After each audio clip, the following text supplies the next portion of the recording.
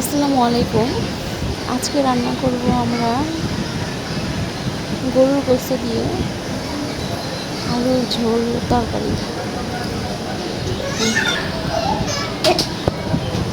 আমি এখানে সব কিছু কুটে নিয়েছি।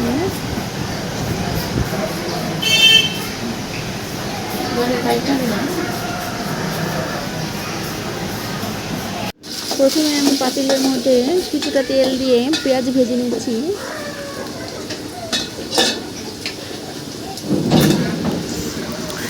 তারপর টমেটো দিলাম কিছু,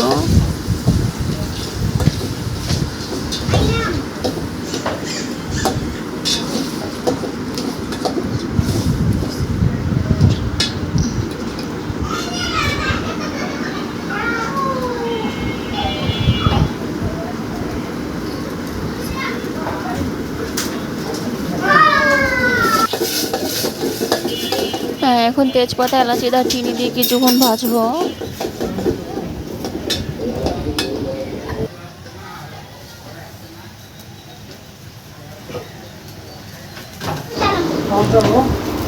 মশলাটা খুব ভালোভাবে কষানো হয়ে গেছে। এখন দিয়ে দিলাম হলুদের ফাঁকি,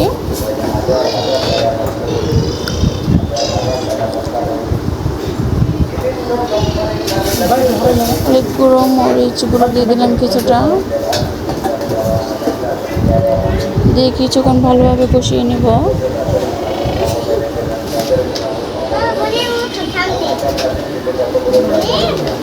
দিয়ে দিলাম কিছুটা লবণ,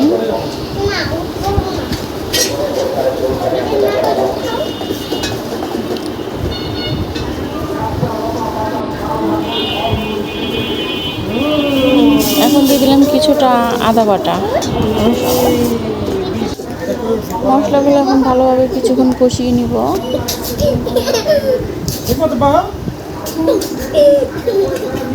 মশলাগুলো ভালোভাবে কষানো হয়ে গেছে।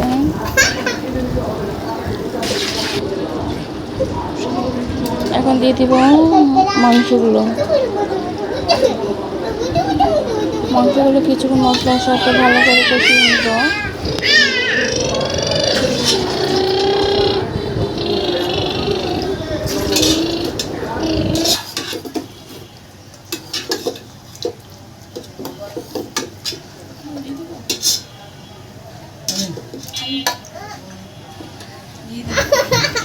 মাংসটা কিছুক্ষণ কষিয়ে নেওয়ার পর এখন আলু দিয়ে দিব। আলুটাকে ভালোভাবে নেড়ে চেড়ে মাংসের সাথে মশলার সাথে মিশিয়ে নিব।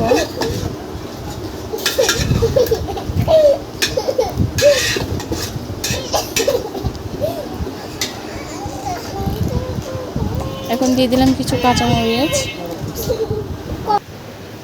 এখন ঢেকে দিলাম কিছু সময়ের জন্য। 15 মিনিট পর আমি ঢাকনাটা উঠালাম। মাংসগুলো আবার নেড়ে চেড়ে নিব।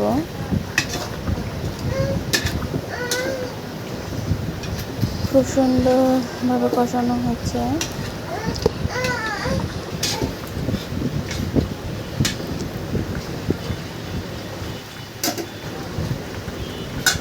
মাংসটা কষিয়ে আবার ঢেকে দিলাম, কিছুটা পানি উঠছে। এখন আবার নিয়ে নিব ভালো করে।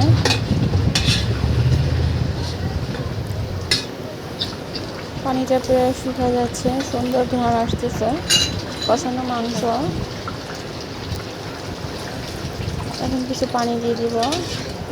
বেশি পানি দিতে হবে না, কারণ মাংস কষানোর সময় অনেকটা সিদ্ধ হয়ে গেছে।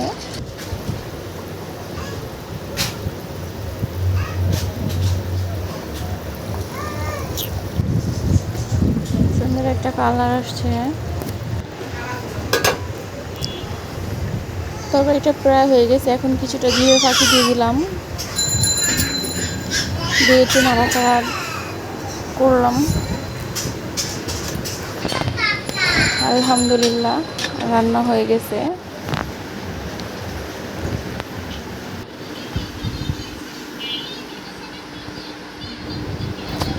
খাবারটা এখন পরিবেশন করলাম।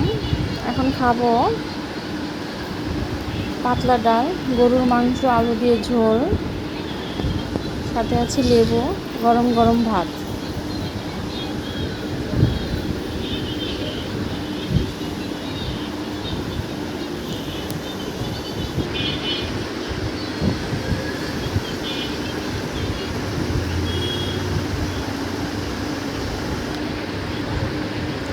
রান্নাটা এতটাই গরম ছিল যে আমি ধোঁয়ায় ভালো করে ছবি আসতেছিল না।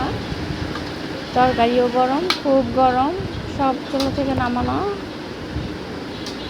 হ্যাঁ, প্রথমে আমি হাঁড়িটা নিয়ে নিলাম কারণ আমার হাঁড়ি খেতে খুব ভালো লাগে।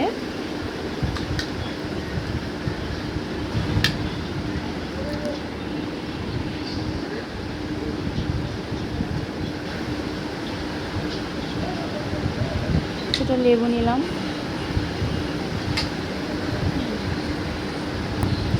অনেক গরম, দুইটাই খুব, তরকারিও গরম, ভাতও গরম, এতটাই গরম যে আমি ঠিক মতো ভাত মাখাতে পারতেছিলাম না।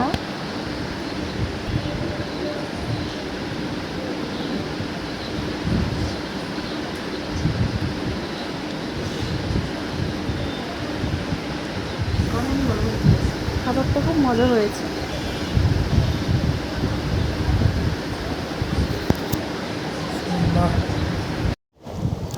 আমার রান্নাটা কেমন হয়েছে অবশ্যই কমেন্ট করে বলবেন। আর আমাদের চ্যানেলটি লাইক অ্যান্ড সাবস্ক্রাইব করে আমাদের পাশে থাকবেন।